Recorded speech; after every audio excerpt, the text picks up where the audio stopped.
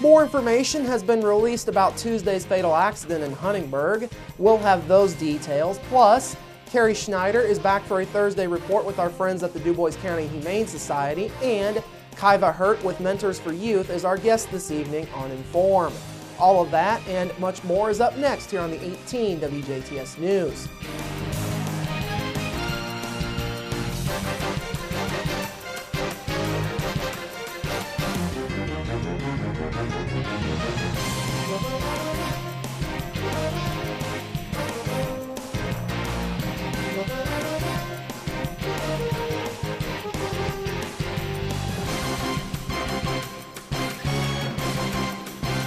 Hello, I'm Bradford Raths. We now have more information about the accident in Huntingburg Tuesday morning that claimed a life. Huntingburg police were called to a stretch of US 231 across from Reflections Restaurant in Huntingburg just after 7:35 on Tuesday morning on a report of a three-vehicle accident with injuries and potential entrapment. Police say 18-year-old Alan Hope of Huntingburg was pronounced dead at the scene by the Du Bois County Coroner's Office.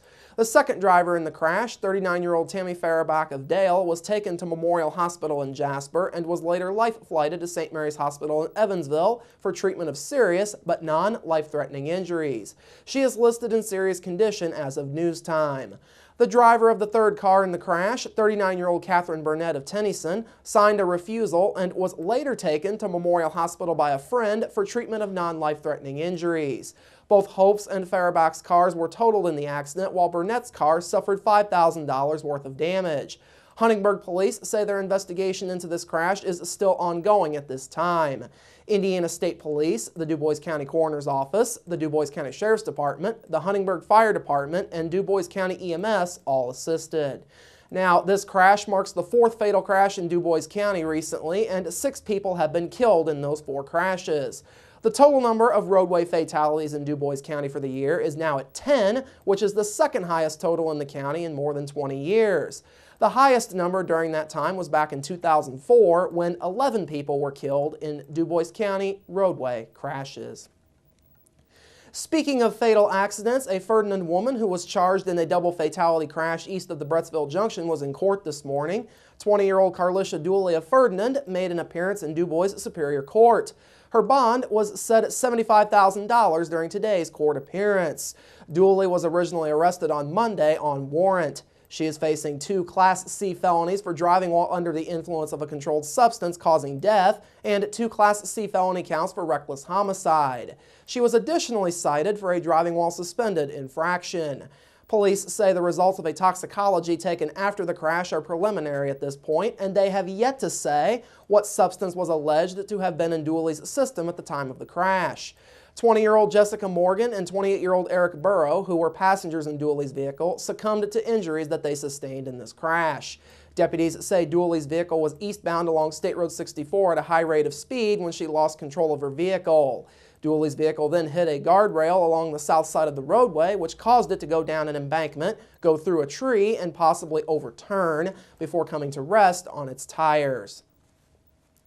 Turning to other news this evening, Daviess County is one of 6 counties that the state is seeking FEMA assistance for in the wake of last month's tornadoes. Indiana Governor Mike Pence has sent in a request for disaster assistance for residents in Boone, Daviess, Fountain, Grant, Howard, and Tippecanoe counties who were affected by the November 17th tornado outbreaks statewide.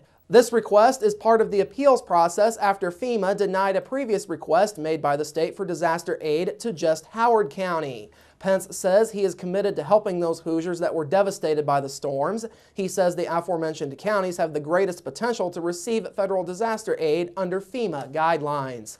Now, the National Weather Service confirmed that 28 tornadoes touched down statewide back on November 17th, which makes that day the second largest tornado event ever recorded in Indiana. 46 of the state's 92 counties reported damage due to tornadoes and/or straight-line winds, and more than 1,600 structures across the state were damaged. John Erickson with the Indiana Department of Homeland Security says the original request was denied because FEMA decided that Howard County did not have enough uninsured losses to warrant federal aid. He says the state is hopeful that including more counties in the appeal will show FEMA the large number of people impacted and the high amount of damage that the storm did. The new request says the tornado that hit Washington and the surrounding area was an EF2 with wind speeds between 115 and 135 miles per hour. The report also states that the tornado traveled nearly 3 miles along the ground and was 125 yards wide. In Washington, 112 homes were damaged by the storm, and 33 of those were completely destroyed. On a different note, the appeal also points out additional hardship in Daviess County after the recent snowstorms, where the county received about a foot of snow.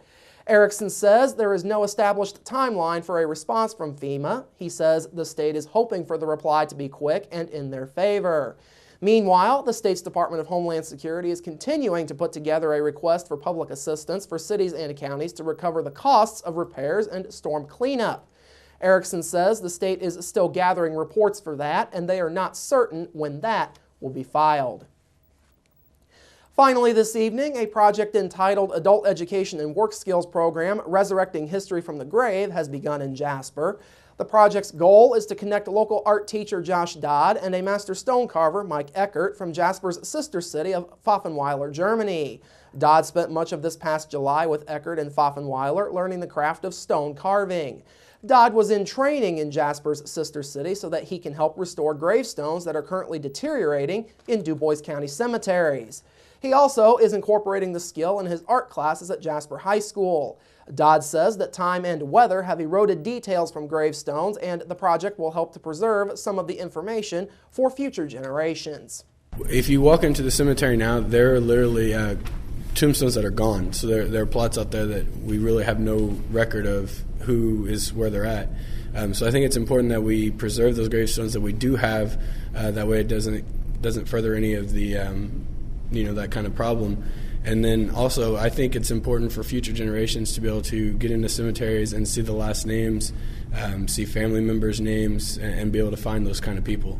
In order to move forward with the next step of the project, Dodd and retired Jasper High School teacher Stan Yoakum asked for and received permission from the Jasper Board of Public Works earlier this week to work with 12 selected tombstones in the old section of Inlow Cemetery. Dodd says the work will involve a number of different tasks, from cleaning, patching, and trying to restore some of the lettering to securing the base of the marker. The last time that restoration work of any kind was done at the Inlow Cemetery was back in May of 1994. The work at the cemetery is being done at no cost to the city. Financial support to get the project started is being provided by the DuBois County Community Foundation, the Jasper German Club, DuBois County Tourism, and other individuals. Coming up after the break, Carrie is back with our friends at the DuBois County Humane Society, plus your local forecast, sports with me, and Inform featuring Kaiva Hurt with Mentors for Youth.